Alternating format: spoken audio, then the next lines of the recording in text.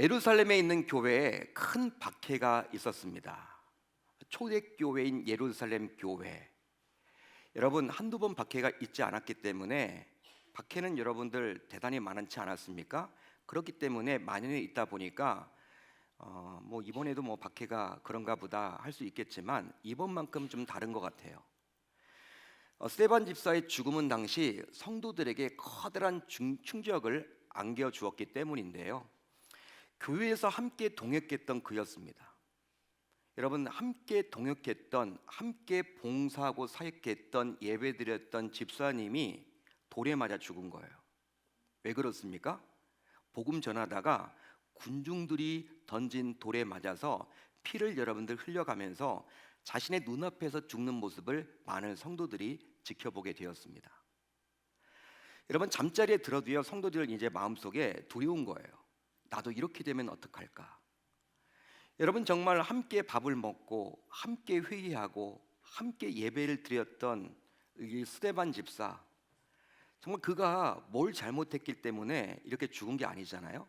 단순히 복음 전하다가 죽게 되었기 때문에 예루살렘 교회에 있던 성도들은요, 두려움에 휩싸이게 되었습니다. 여러분, 결론적으로 이제 이들은요, 이런 충격에서 헤어나오질 못했고 결국 두려움으로 인해서 사도들만 이 예루살렘 교회에 남겨두고 자신들은요, 유대와 사마리아로 흩어지게 되었어요. 한마디로 스데반의 죽음과 같은 핍박이 자신들에게도 일어나지 않았으면 좋겠다라는 마음을 가지고 유대와 사마리아로 흩어갔던 것입니다. 자, 그 흩어진 자들 가운데 7집사 중 하나였던 빌립이라는 사람이 있었는데, 이 빌립은요, 사마리아 성에 들어가서 사마리아 성에 내려가서 복음을 전했습니다. 여러분, 한번 묻겠습니다. 사마리아는 어떠한 곳이었던가요? 사마리아는 어떠한 곳입니까? 역사적으로 볼 때 유대인들은 사마리아 사람들과 상종조차 하지 않았습니다. 여러분, 사마리아 지역을 통과하지도 않았어요. 통과하면 빠른 지름길인데도 불구하고 유대인들의 입장에서 볼 때는요, 이 사마리아 사람들은요, 이방인들과 피가 섞였다. 그들은 구원받지 못한다. 그들은 하나님을 배신했던 민족이었다. 이런 식으로 취급을 했습니다. 그렇기 때문에 유대인들은요, 복음 전하지 않았습니다. 그들에게. 심지어 예수님께서 이런 말씀을 하시고 하늘로 승천하셨죠. 오직 성령이 너에게 임하시면 너희가 권능을 받고 예루살렘과 온 유대와 사마리아와 땅끝까지 이르러 내 증인이 되리라. 예수님께서 이 말씀을 하셨습니다.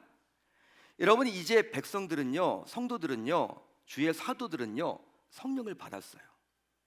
성령을 받았습니다. 오순절 성령 대강림을 통해서 성령을 받았지만 사도들조차도 사마리아에 들어가지 않았습니다.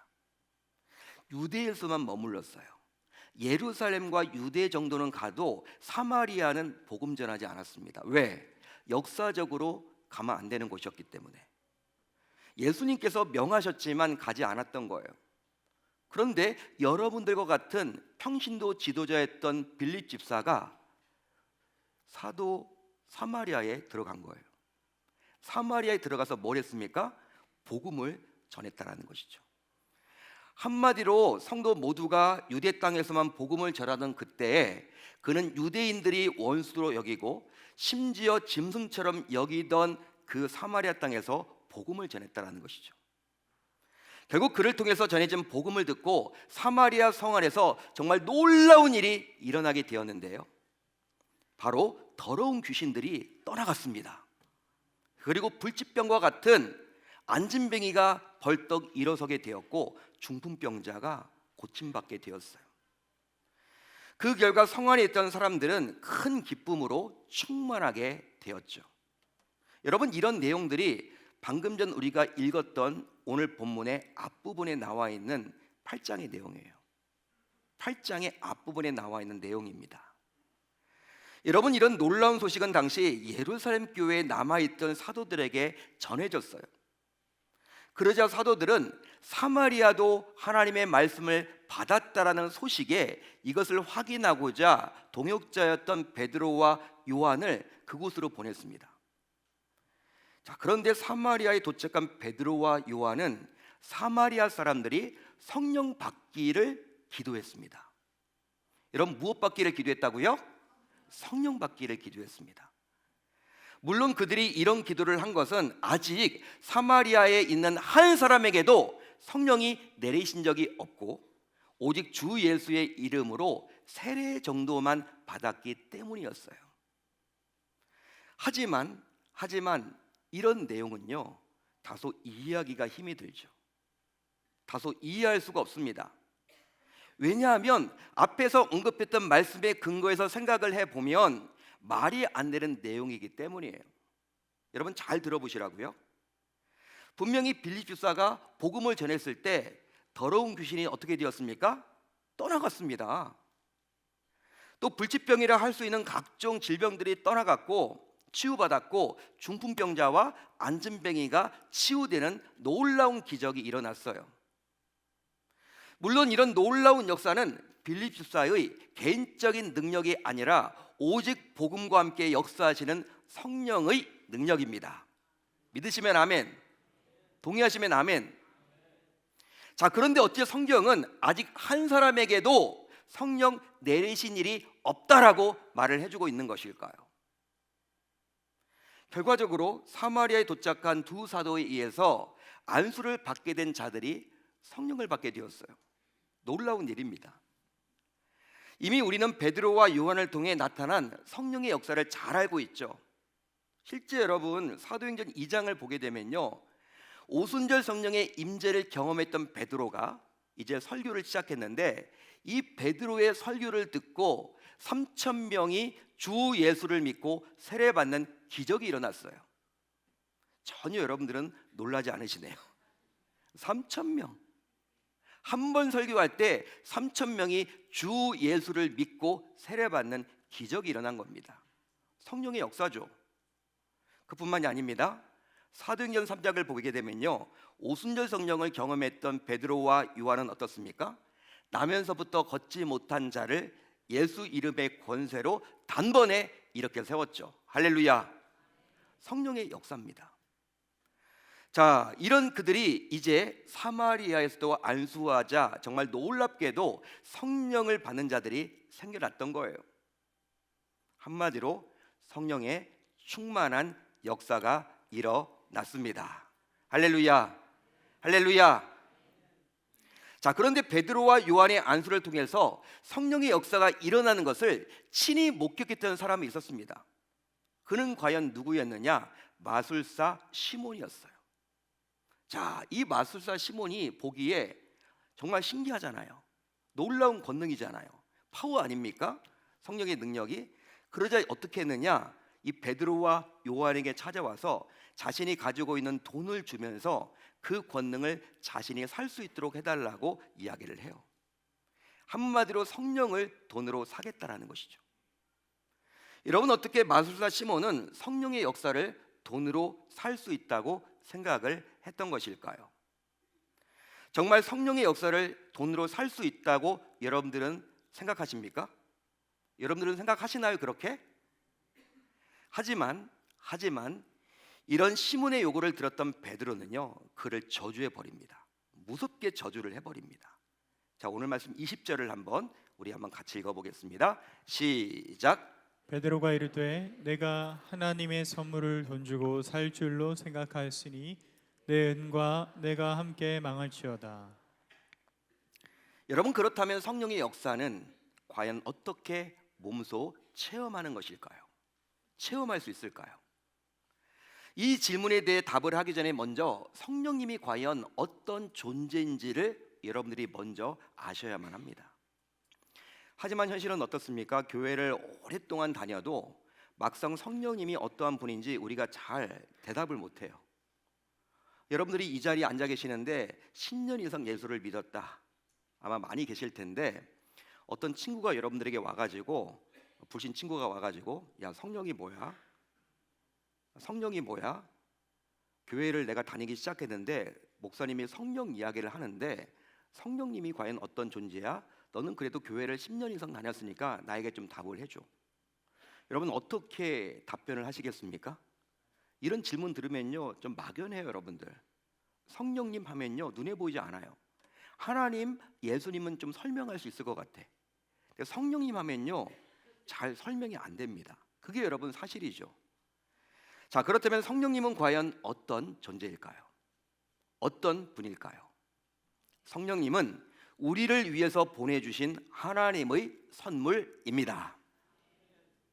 한마디로 성령님은 하나님의 자녀이 되는 성도를 위해서 하나님께서 친히 보내주신 최고의 선물이에요. 더 쉽게 말하면 성령님은 성부, 성자와 함께 성삼위의 하나로서 하나님이십니다. 하나님이세요. 성령 하나님이시라는 거예요. 그러기에 성령님은 누구 안에 거하실지 분명히 아시며 꼭 필요한 자들에게 합당한 역사를 이루어 주십니다. 믿으시면 아멘, 동의하시면 아멘. 따라서 성령님은 결단코 돈으로 살 수 없습니다. 결단코 돈으로 살 수 없다라는 거예요. 여러분 오늘 말씀 17절을 보세요. 17절을 보시면요 돈이 아니라 사도들의 안수로 성령이 임했어요. 자, 이것을 통해서 알 수 있는 것은 바로 사도들이 예수 그리스도의 이름으로 복음을 전하고 기도했을 때 성령님은 하나님의 영광을 드러낼 목적으로 임재하셨습니다. 그러면 사도들의 안수가 결국 성령을 받을 수 있는 비결, 비법, 방법일까요? 사도들의 안수는 성령을 받는 수단이 결코 아닙니다. 사도들의 안수는 성령을 받을 수 있는 비법이 결코 아니에요. 단지 무엇이냐? 결국 성도가 믿음을 갖도록 기도의 힘을 보탠 것 뿐입니다.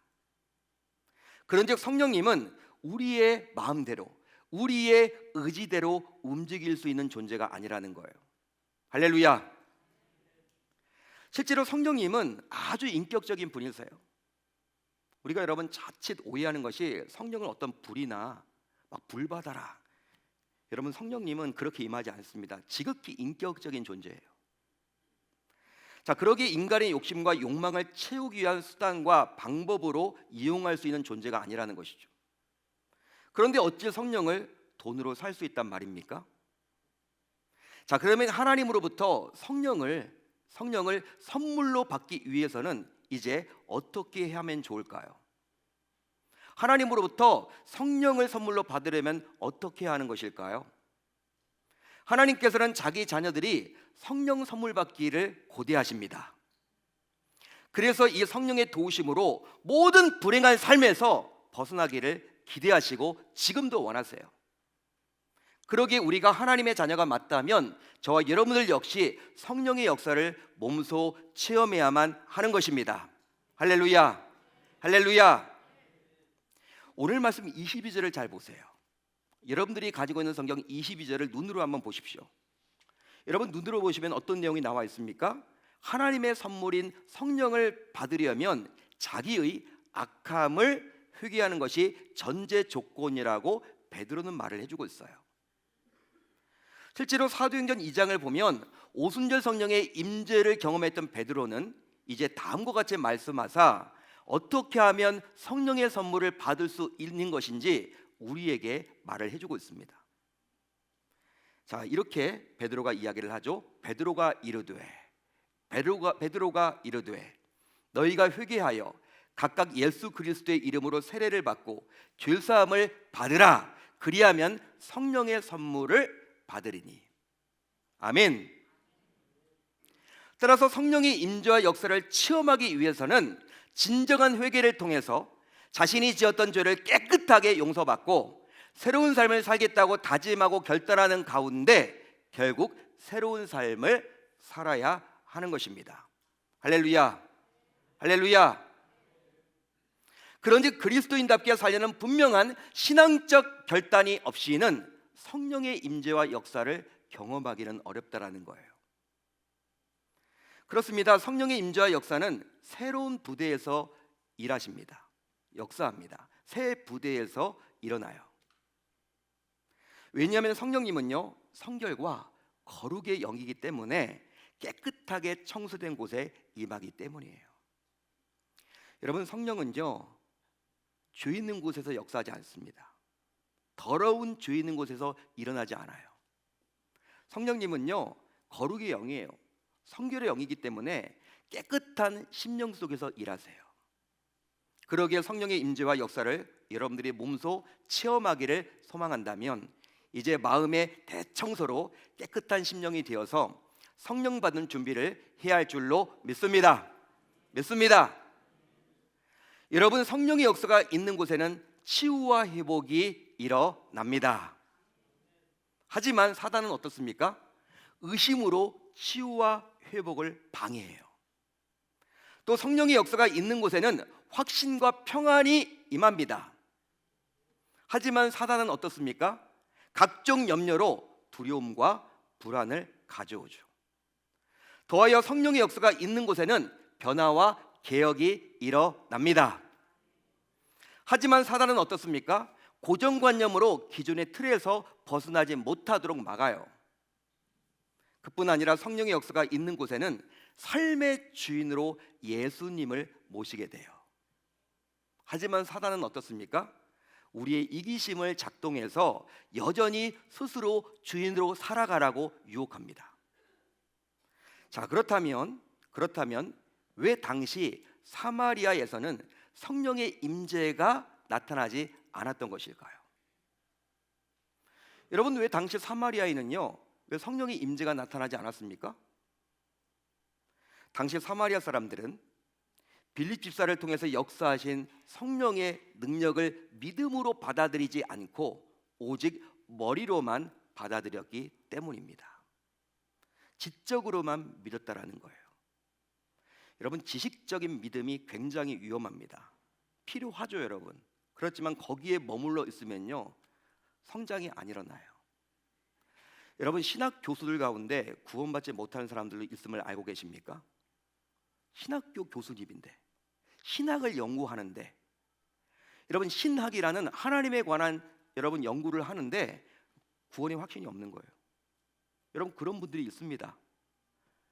여러분, 제가 이렇게 나왔던 총신대학교는 아니겠지만 여러분, 정말 자유주의 신학에 물든 신학교들도 많이 있거든요.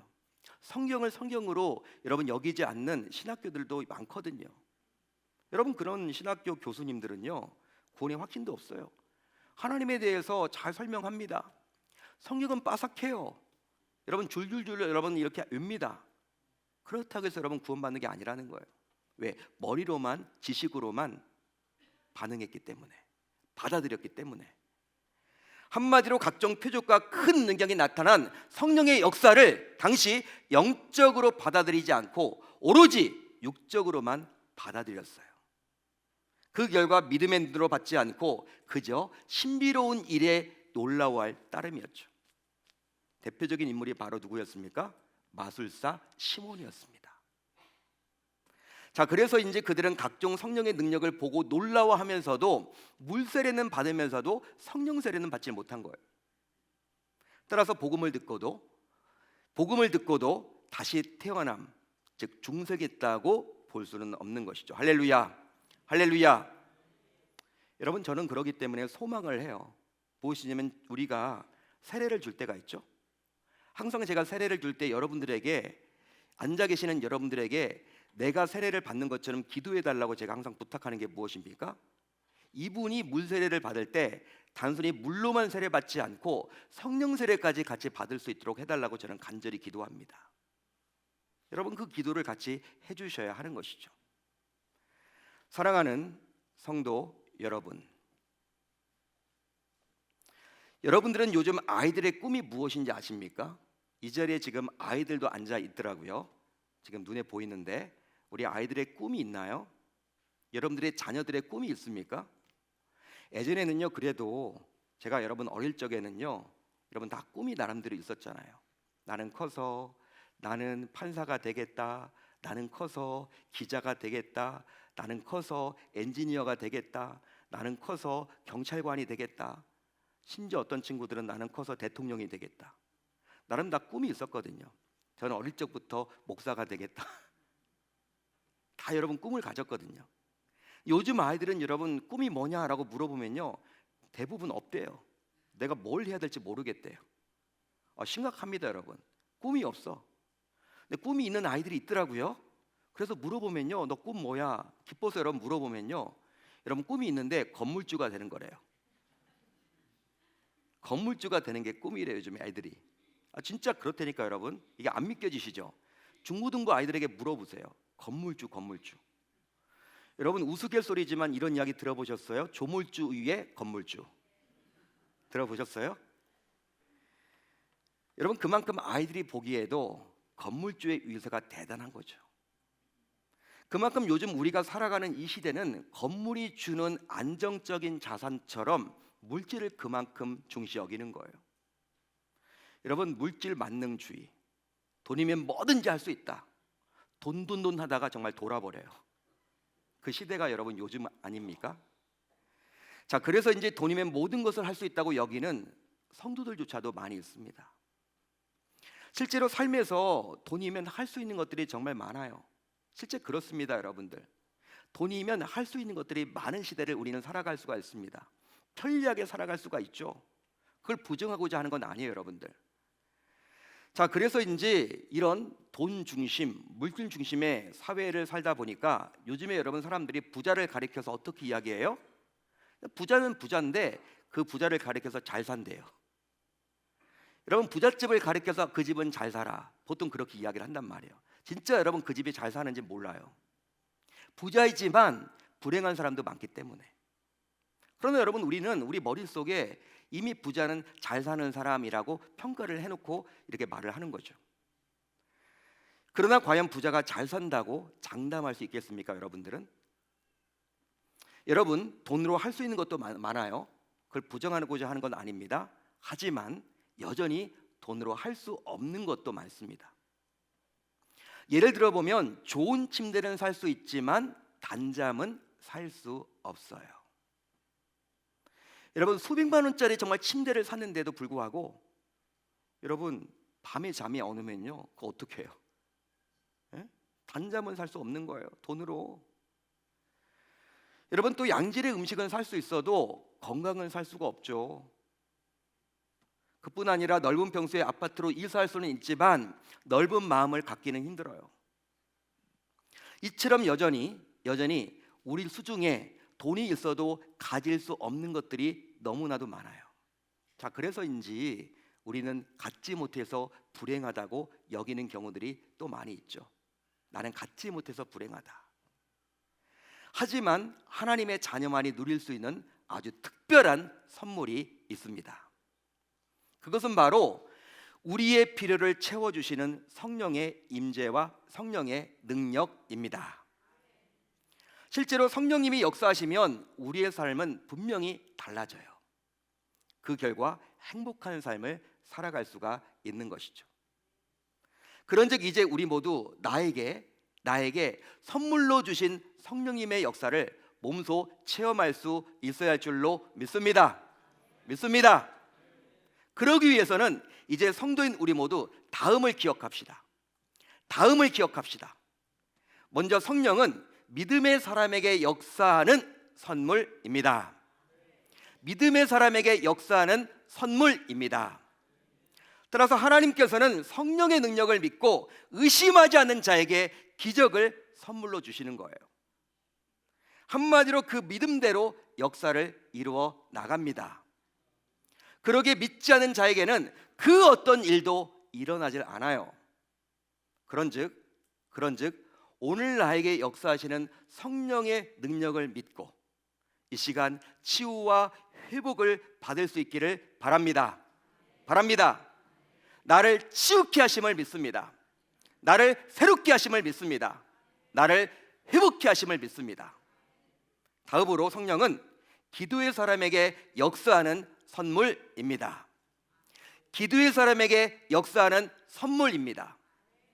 실제 성령이 역사하는 통로는 바로 기도입니다. 성도인 우리는 잘 알고 있죠. 오순절 성령이 임할 때 어느 곳에 임했습니까?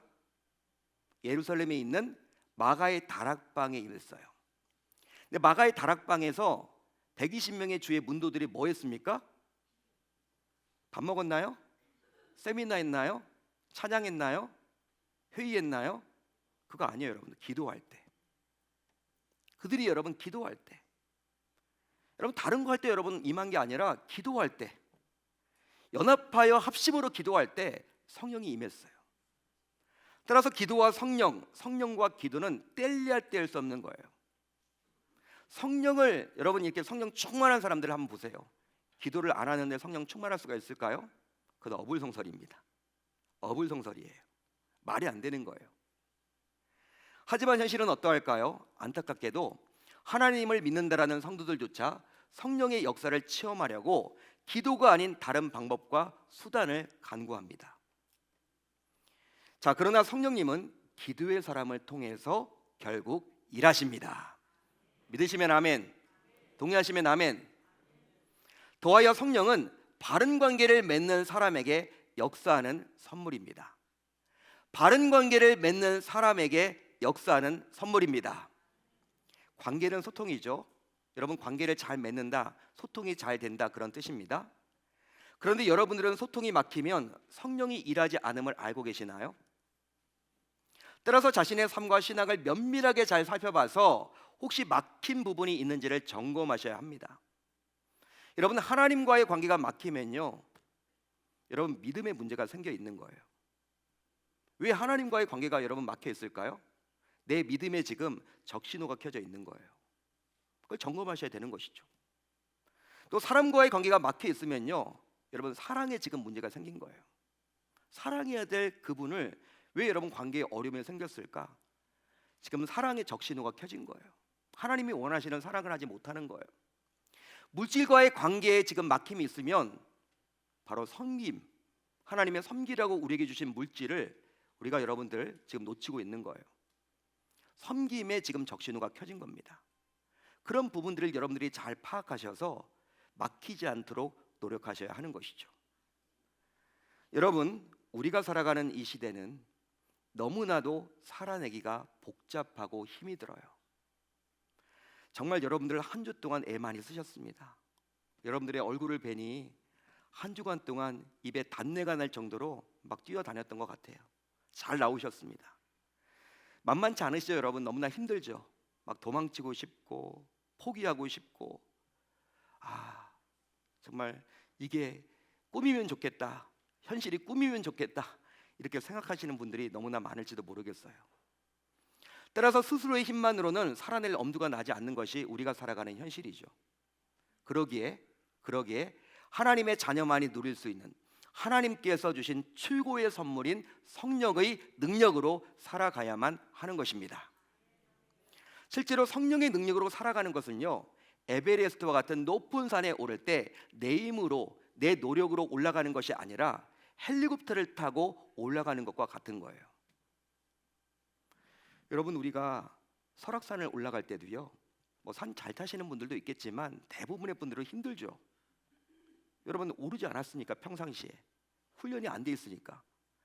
여러분 내 힘만으로 여러분 오른다고 생각을 해보세요. 중도에 아마 포기하고 싶을지도 모르겠어요. 집에 그냥 갈까? 내려갈까? 힘들다, 허걱대면서. 그렇지만 여러분 설악산과 같은 높은 위치에 있는 곳을 가더라도 헬리콥터를 타고 가면요, 힘 안 들이고 여러분 올라갈 수 있는 거죠. 그게 바로 성령의 능력에 의존해서 살아가는 분들의 모습이에요. 그렇기 때문에 여유가 있고 기쁨이 있는 것입니다. 그런데 이런 성령의 능력은 정말 놀랍게도 초대교회 이후로 지금까지 약 2000년에 걸쳐서 복음과 함께 역사했습니다. 복음과 함께 역사했습니다. 따라서 이 말은 복음이 전해지는 선교지와 전도지에서 일어났다라는 거예요. 그러기에 여러분들 모두 성령의 임재와 성령의 능력과 성령의 역사를 몸소 체험하기를 원하십니까? 원하십니까? 아멘 하셨습니다. 제가 방법을 알려드릴게요. 어떻게 하시면 되느냐? 어제부터 시작해서 이제 3월 말까지 매주 토요일 오전마다 트리우스 아파트 앞에 가서 전도를 하는 거예요. 전도하는 거예요. 왜? 그곳이 여러분 전도지기 때문에, 전도하는 곳이기 때문에, 복음이 전해지는 곳이기 때문에.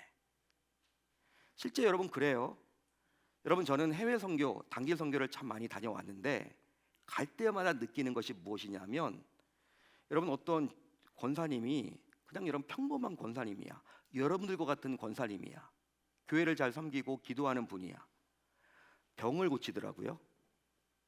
의사도 아닌데 손을 얹고 기도했는데 불치병이 나왔어요.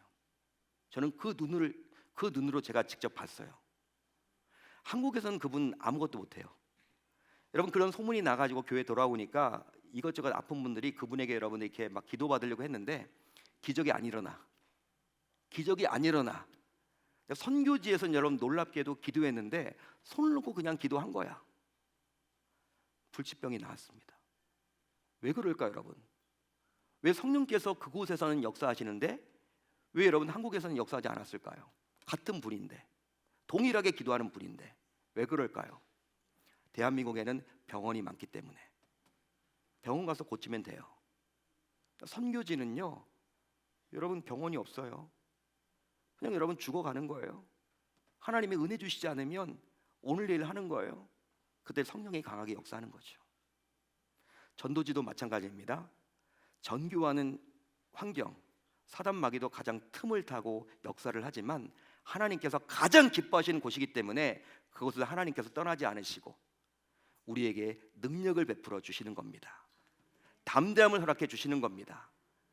여러분들이 이제 전도함으로 말미암아 성령의 능력으로 충만케 되어서 우리가 살아가는 이 시대가 너무나 비록 힘들고 어렵더라도 성도인 우리 모두 이 받은 능력으로 넉넉하게 이겨내야 할 줄 우리 주님의 이름으로 축원합니다. 그렇게 멋지게 살아가는 저와 여러분들이 다 되실 수 있기를 우리 주님의 이름으로 축원합니다.